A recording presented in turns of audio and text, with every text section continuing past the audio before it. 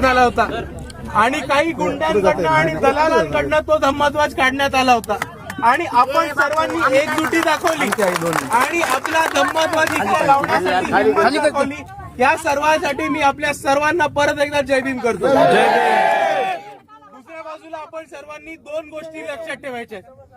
पहिली गोष्ट की आपण सर्वांनी एकजूट राहिलेलं गरजेचं आहे आणि या धम्मध्वजाच्या वतीने या निमित्ताने आपल्या सर्वांना हे कळलं असेल की चळवळ ताकदवान ठेवणं, चळवळ जिवंत ठेवणं आणि आपण सर्वांनी एकत्र राहणं हे का गरजेचं आहे हे तुम्हाला कळलं असेल. दुसऱ्या बाजूला बऱ्याच लोकांचं असं म्हणणं असतं की अशा ठिकाणी येऊन राजकीय बोलू नये, पण तुमचा जो ध्वज काढलाय तो कोणत्या भारताच्या बाहेरच्या अतिरेक्यांनी नाही काढलाय, तर तो इकडच्याच राजकारण्यांनी काढलाय हे समजून घ्या.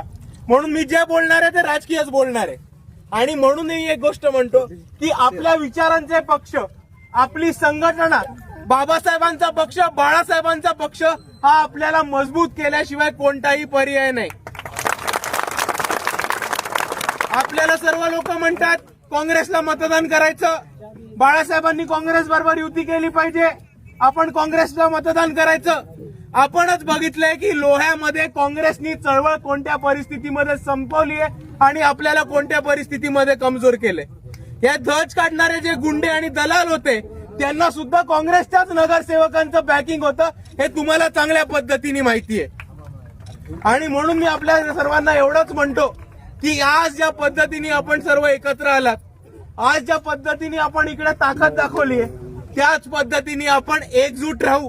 प्रत्येक प्रसंग येईल, कोणताही अन्याय अत्याचार हो, कोणत्याही विहाराचा मुद्दा असो, कोणत्याही समाजाचा मुद्दा असो किंवा आपल्या ध्वजाचा मुद्दा असो, आपण सर्वांनी एकत्र राहायला पाहिजे, ताकदीने राहायला पाहिजे. आणि जर आपण एकटी राहिलो, जर आपण एकजूट राहिलो तर कोणताही समाजाचा दलाल आपल्याला काहीही करू शकणार नाही हे आपण सर्वांनी समजून घेतलं पाहिजे.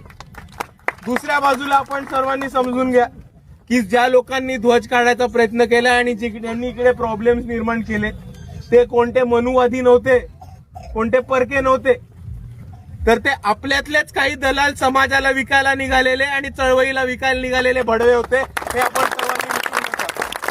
आणि आता कोणत्याही परिस्थितीत या दलालांना त्यांची जागा दाखवली पाहिजे आणि परत ध्वजाच्या जवळ आले तर त्यांना तुडवून इकडनं परत पाठवलं पाहिजे.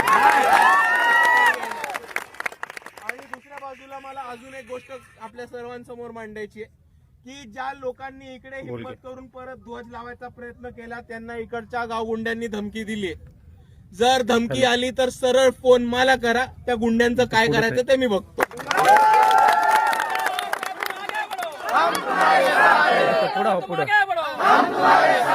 आणि तुमच्या सर्वांच्या माध्यमातून एक गोष्ट सांगतो की जर परत इकडे काम करत असलेल्या, ध्वजाची काळजी घेत असलेल्या, संरक्षण करत असलेल्या कोणत्याही माणसाला धमकी आली तर तुमची गाठ नागरिकांची नाही तर डायरेक्ट वंचित बहुजन आघाडीच्या कार्यकर्त्यांची हे तुम्ही विसरू नका. आणि म्हणून मी परत एकदा आपल्या सर्वांचे आभार मानतो, धन्यवाद करतो. आपण या ध्वजाच्या माध्यमातून अख्ख्या लोहा कांदारला आणि नांदेडला दाखवून दिले की लोह्यातली चळवळ झोपली नाहीये, लोह्यातले आंबेडकरवादी झोपले नाहीयेत आणि याच पद्धतीने आपण एकत्र येऊयात, लढूयात आणि जिंकूयात. एवढंच म्हणून मी माझे दोन शब्द थांबवतो. जय भीम.